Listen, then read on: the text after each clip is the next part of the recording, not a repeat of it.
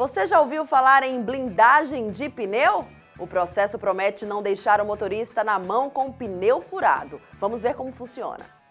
Muito bem, Daiane, mais uma vez o Bahia Motor veio trazer uma super novidade para vocês. Hoje o assunto é blindagem de pneus. E para conversar com a gente, falando sobre essa grande novidade, a gente vai conversar agora aqui com o Jorge Douglas, ele que é empresário do ramo, ex-piloto de arrancada, sabe tudo sobre automóveis. Jorge, conta pra gente um pouco mais sobre esse serviço blindagem de pneus.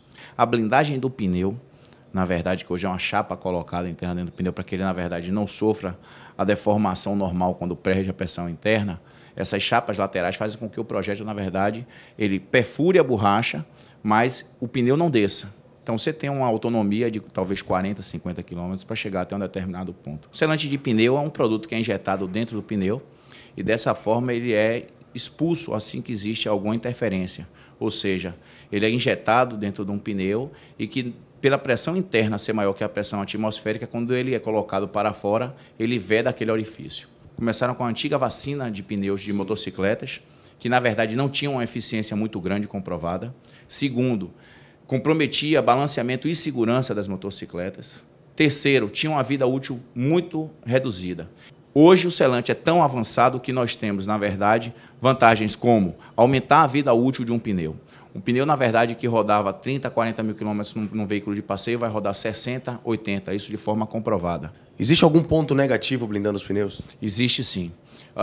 Eu costumo dizer que tudo na vida você tem vantagens e desvantagens. No caso dos selantes de pneus, existe uma situação muito prejudicial, que é a questão do balanceamento e do alinhamento do veículo. Essa situação é muito tênue, porque uma grande parte das pessoas que têm informação sobre esse produto, o primeiro questionamento é sobre o balanceamento. Na verdade, são massas que são inseridas dentro do volume interno do pneu e que, na verdade, por se chocarem com a situação da rotatividade do pneu, criam esse desequilíbrio de forma cinética. O que acontece é que, simplesmente, quando o produto é injetado, e é um produto que foi realmente estudado nas proporções que são, porque cada pneu tem um volume interno específico. Quanto maior o pneu, maior o volume interno, maior o volume que é colocado dentro do pneu.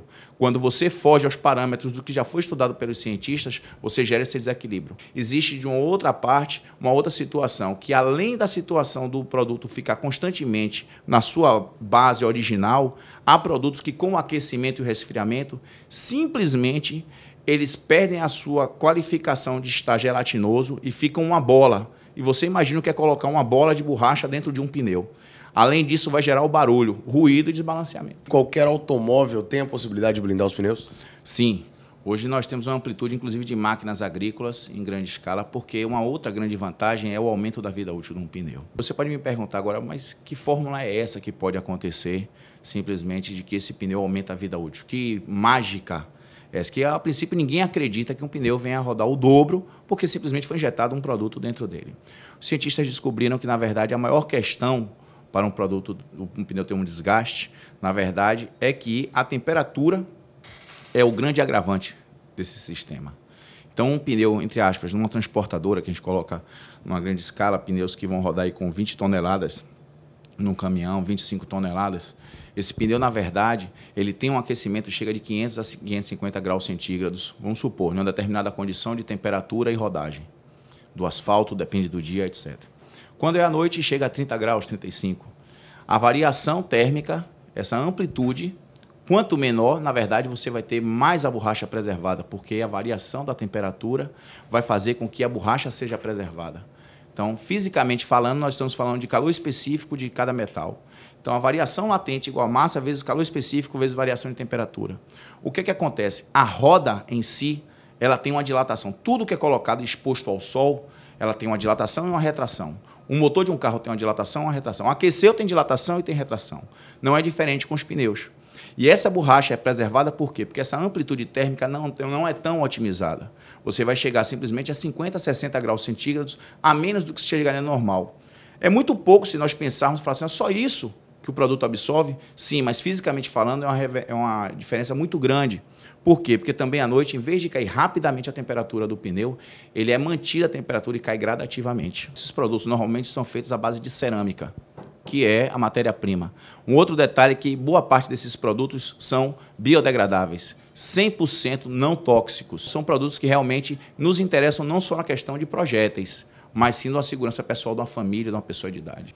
A segurança é justamente aonde o pneu toca o chão, ou seja, na banda de rodagem, apenas na banda de rodagem, qualquer um desses produtos garante que o pneu não fura mais. Na área lateral, ou seja, com o que você vê na área lateral do pneu, a parte aparente quando o pneu não toca o chão, não há garantia para que não fure. O pneu não é só a borracha, o pneu é uma estrutura. O pneu é composto de uma estrutura, na verdade, que é a carcaça do pneu. Essa carcaça, uma vez atingida, depois que você bota 120, 130 km por hora viajando, se você me perguntar se eu blindar meu pneu é blindado. Só que se a pessoa der um tiro, no outro dia eu estou trocando o pneu para colocar outro. É como se fosse um vidro blindado. Se você tem um vidro blindado que, na verdade, ele recebe um projétil, ele racha, mas não foi perfurado. Mas logo depois você vai ficar andando com aquele vidro rachado? Não, obviamente você vai ter que trocar. Uma coisa é ser blindado, outra coisa é ser indestrutível. Não há aqui uma promessa de magia, nem de nenhuma circunstância que venha simplesmente confundir essas situações. E só depende de você, consumidor, se informar mais sobre os produtos, pesquisar, ir à internet e simplesmente você vai ter, com certeza, uma garantia do que você está utilizando. Então a galera que está assistindo o Bahia Motor, espera só um pouquinho. No próximo bloco a gente volta testando ele. Vamos fazer isso? Vamos fazer isso aí.